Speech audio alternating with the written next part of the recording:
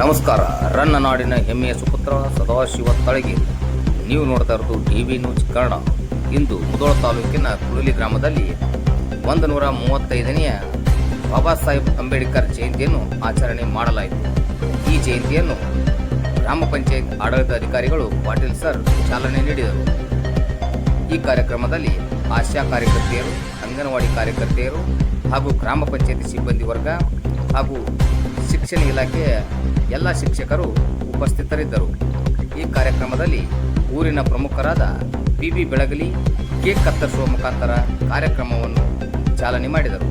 ಕಾರ್ಯಕ್ರಮದಲ್ಲಿ ಗ್ರಾಮ ಪಂಚಾಯತ್ ಅಭಿವೃದ್ಧಿ ಅಧಿಕಾರಿಗಳಾದ ಸುಭಾಷ್ ಗೋಳ್ಶೆಟ್ಟಿ, ಗ್ರಾಮ ಪಂಚಾಯತ್ ಕಾರ್ಯದರ್ಶಿಗಳಾದ ಅಂಗಡಿ ಸರ್, ಗ್ರಾಮ ಪಂಚಾಯತಿ ಸಿಬ್ಬಂದಿಗಳು ಹಾಗೂ ಸರ್ಕಾರಿ ಮಾದರಿ ಪ್ರಾಥಮಿಕ ಶಾಲೆಯ ಮುಖ್ಯ ಗುರುಗಳು ಎಚ್.ಡಿ. ಮಾಸರೆಡ್ಡಿ ಗುರುಗಳು ಹಾಗೂ